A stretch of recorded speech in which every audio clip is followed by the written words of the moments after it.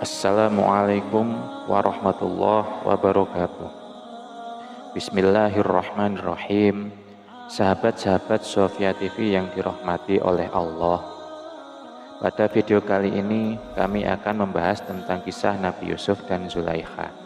Salah satu kisah cinta yang penuh haru dan hikmah. Siapakah Nabi Yusuf dan siapakah Zulaikha? Bagaimana awal pertemuan mereka dan bagaimana perjalanan cinta mereka dan bagaimana pula akhir kisah dari mereka. Mari kita simak bersama-sama. Nabi Yusuf adalah salah satu Nabi Allah yang diberi keistimewaan berupa ketampanan yang luar biasa hingga disebut sebagai sebaik-baik ciptaan Allah.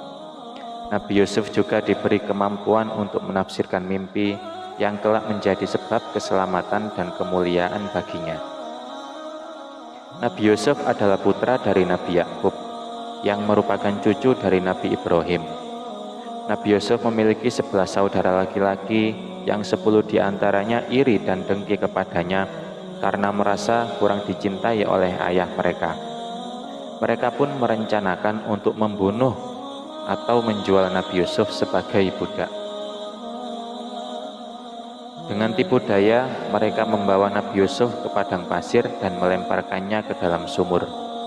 Kemudian, mereka kembali kepada ayah mereka dengan membawa baju Nabi Yusuf yang telah dicelupkan ke dalam darah dan mengatakan bahwa Yusuf telah dimakan oleh serigala. Nabi Yakub tidak percaya dengan cerita mereka, tetapi ia hanya bisa bersabar dan berdoa kepada Allah. Sementara itu, Nabi Yusuf diselamatkan oleh sekelompok pedagang yang lewat dan mereka menjualnya sebagai budak di Mesir.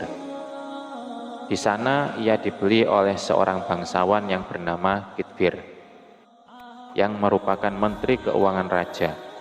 Kitfir mengangkat Nabi Yusuf sebagai anak angkatnya dan memberinya pendidikan yang baik.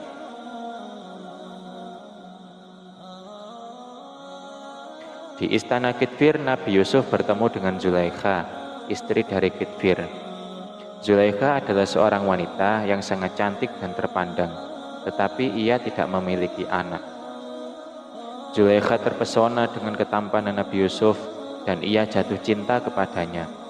Ia pun berusaha untuk menggoda Nabi Yusuf dan memintanya untuk berzina dengannya. Namun, Nabi Yusuf menolak dengan tegas dan mengingatkan Zulaikha tentang suaminya dan Allah. Nabi Yusuf berkata, "Sesungguhnya dia adalah tuanku yang telah berbuat baik kepadaku. Sesungguhnya orang-orang yang zalim tidak akan beruntung." Zulaikha tidak menyerah dan ia terus mendekati Nabi Yusuf. Suatu hari, ia mengunci pintu kamar dan memaksa Nabi Yusuf untuk memenuhi keinginannya. Nabi Yusuf berusaha untuk melarikan diri, tetapi Zulaikha menarik bajunya dari belakang hingga bajunya robek. Ketika pintu terbuka, ternyata ada suaminya, Kitfir, dan beberapa orang lain yang masuk.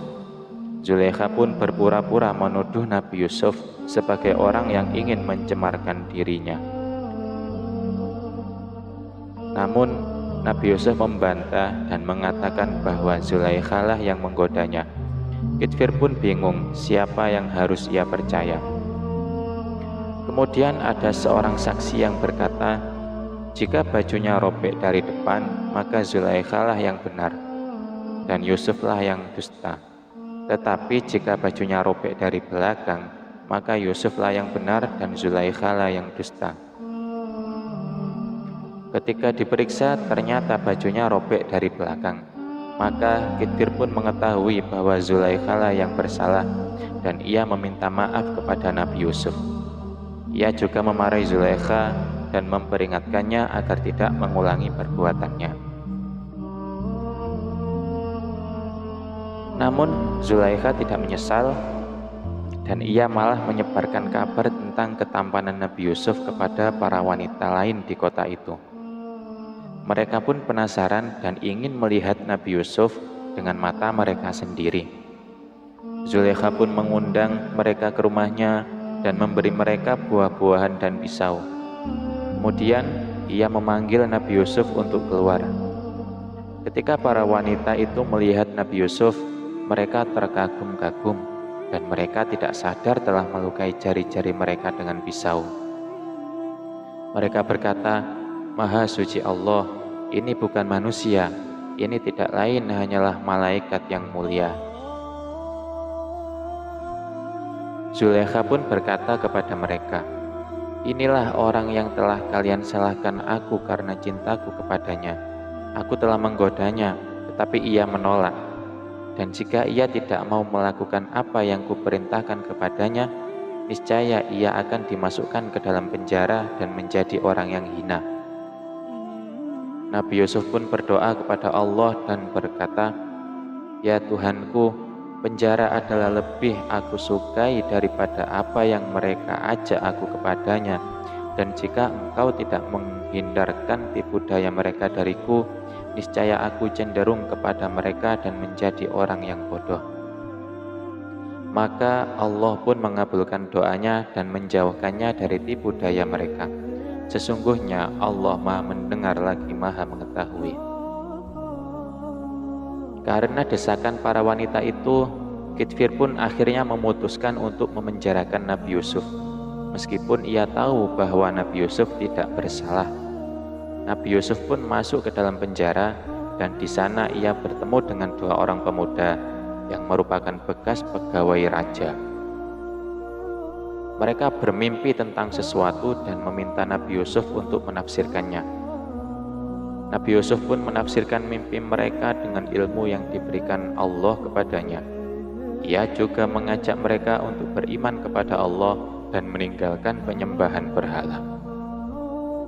Salah satu dari mereka bermimpi bahwa ia akan memberi minum anggur kepada raja, dan Nabi Yusuf menafsirkan bahwa ia akan kembali bekerja sebagai pelayan raja.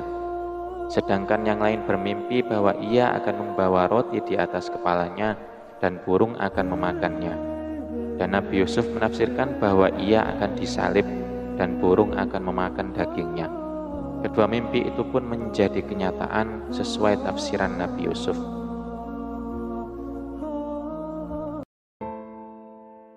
Nabi Yusuf pun meminta pelayan raja untuk menyebutkan namanya kepada raja agar ia bisa dibebaskan dari penjara. Namun pelayan raja itu lupa dan Nabi Yusuf pun tetap berada di penjara selama beberapa tahun. Kemudian raja bermimpi bahwa ia melihat 7 ekor sapi gemuk yang dimakan oleh 7 ekor sapi kurus dan 7 tangkai gandum hijau dan 7 tangkai gandum kering. Raja pun meminta orang-orang untuk menafsirkan mimpinya, tetapi mereka tidak bisa. Lalu pelayan raja itu teringat akan Nabi Yusuf dan ia pun pergi menemuinya di penjara dan menceritakan mimpi raja kepadanya. Nabi Yusuf pun menafsirkan bahwa akan ada 7 tahun yang subur diikuti oleh 7 tahun yang kering, dan di tahun yang ke-8 akan ada hujan dan orang-orang akan memeras buah-buahan. Nabi Yusuf juga memberi saran agar raja menyimpan sebagian hasil panen di tahun-tahun yang subur dan menggunakannya di tahun-tahun yang kering.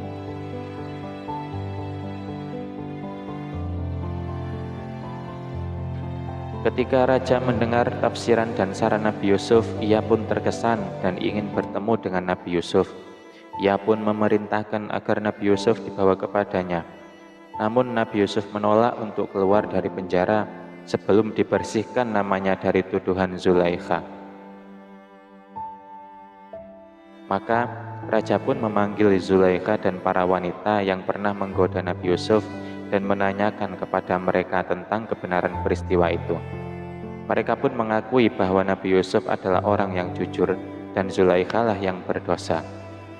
Zulaikha pun mengaku bahwa ia telah mencintai Nabi Yusuf dan meminta maaf kepadanya. Nabi Yusuf pun memaafkannya dan memohon perlindungan Allah dari godaan syaitan. Setelah namanya dibersihkan, Nabi Yusuf pun keluar dari penjara dan diterima oleh raja dengan hormat. Raja pun menawarkan kepadanya jabatan sebagai Menteri Keuangan atau jabatan lain yang ia inginkan. Nabi Yusuf pun memilih jabatan sebagai pengurus gudang-gudang raja agar ia bisa mengatur penyimpanan dan pendistribusian hasil panen. Dengan kebijaksanaan dan kejujurannya, Nabi Yusuf pun berhasil mengelola gudang-gudang raja dengan baik dan menyelamatkan Mesir dari bencana kelaparan. Nabi Yusuf juga menolong negara-negara tetangga yang mengalami kesulitan, termasuk negeri asalnya, Kan'an. Pada suatu hari, datanglah saudara-saudara Nabi Yusuf dari Kan'an untuk meminta bantuan kepada Nabi Yusuf. Mereka tidak mengenali Nabi Yusuf, tetapi Nabi Yusuf mengenali mereka. Nabi Yusuf pun menyambut mereka dengan baik dan memberi mereka makanan dan biji-bijian. Namun, ia juga menguji mereka dengan menuduh salah satu dari mereka mencuri piala raja dan menahannya sebagai tebusan. Kemudian, ia meminta mereka untuk kembali dengan membawa saudara bungsu mereka yang tidak ikut datang, yaitu Binyamin.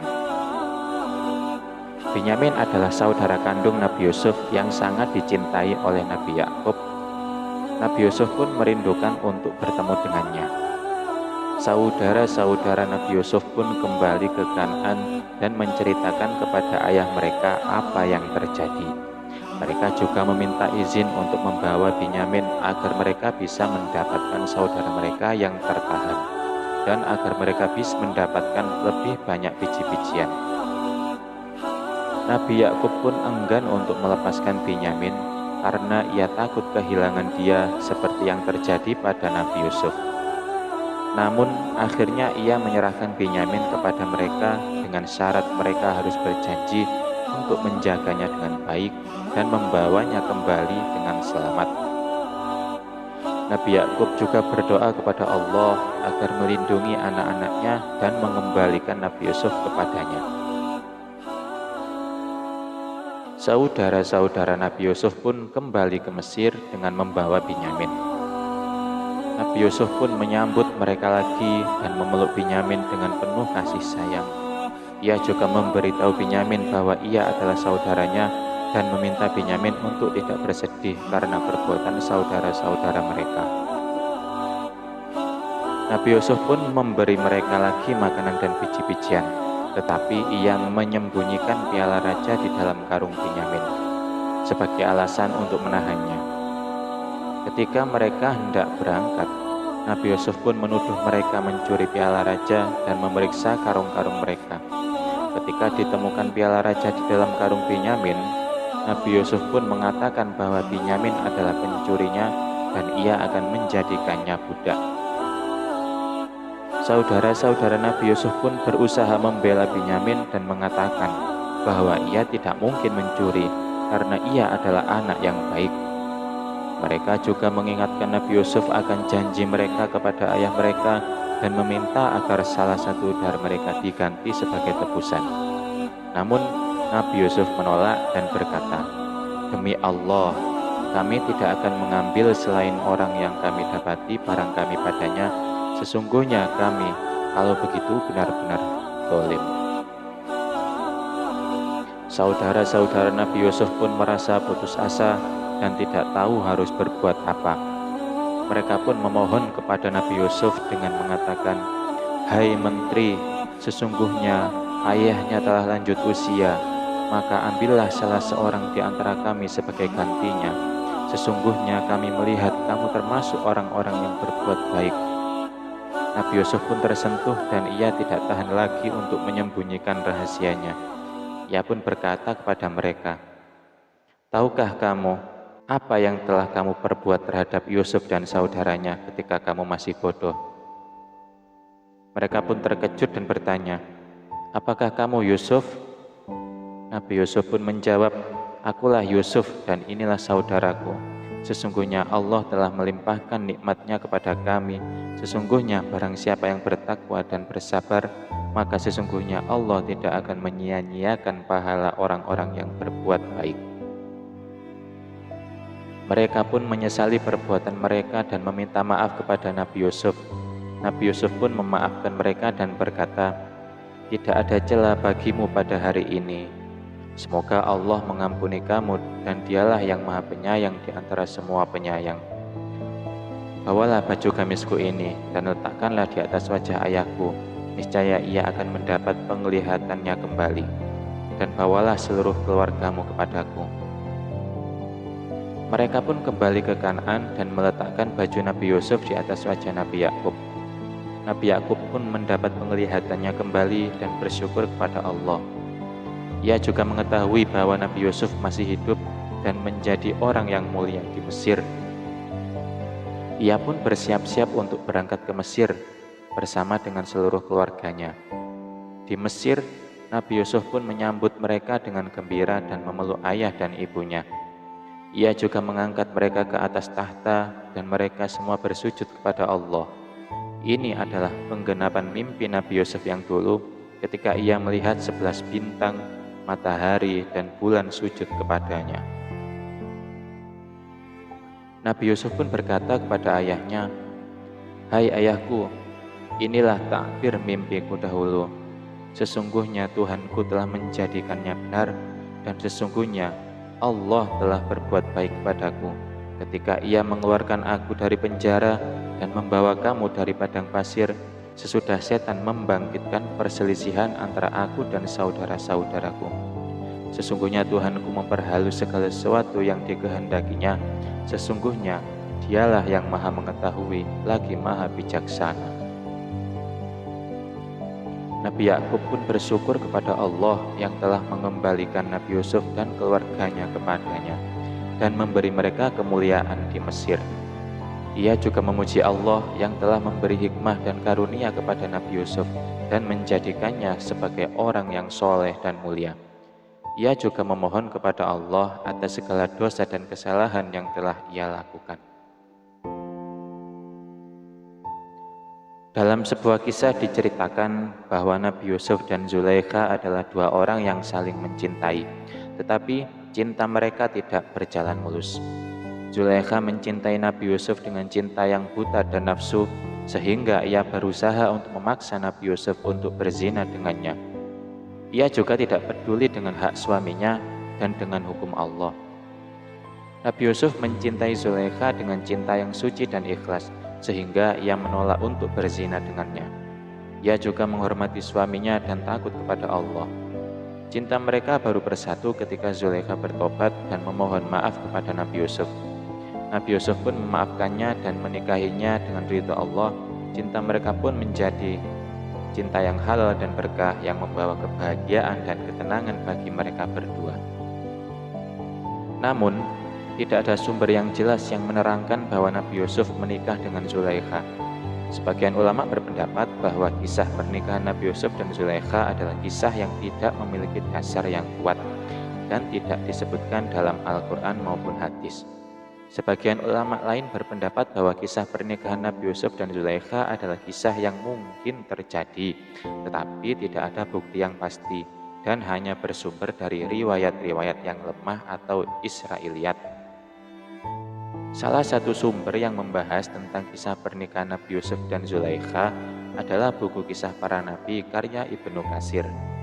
Dalam buku ini dikatakan bahwa setelah suami Zulaikha meninggal, Nabi Yusuf meminang Zulaikha dan Zulaikha menerima lamarannya. Kemudian mereka menikah dan dikaruniai dua orang anak laki-laki, yaitu Afrayin dan Mansah.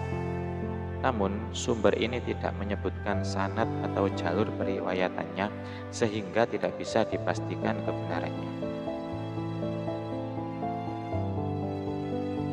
Demikian sedikit kisah singkat Nabi Yusuf dan Zulaikha.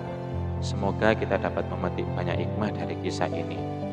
Semoga kita selalu diberi kesehatan dan ketetapan iman oleh Allah Subhanahu wa Ta'ala. Jika Anda suka dengan video ini, jangan lupa untuk like, komen, dan subscribe. Terima kasih dan sampai jumpa di video selanjutnya. Wassalamualaikum warahmatullahi wabarakatuh.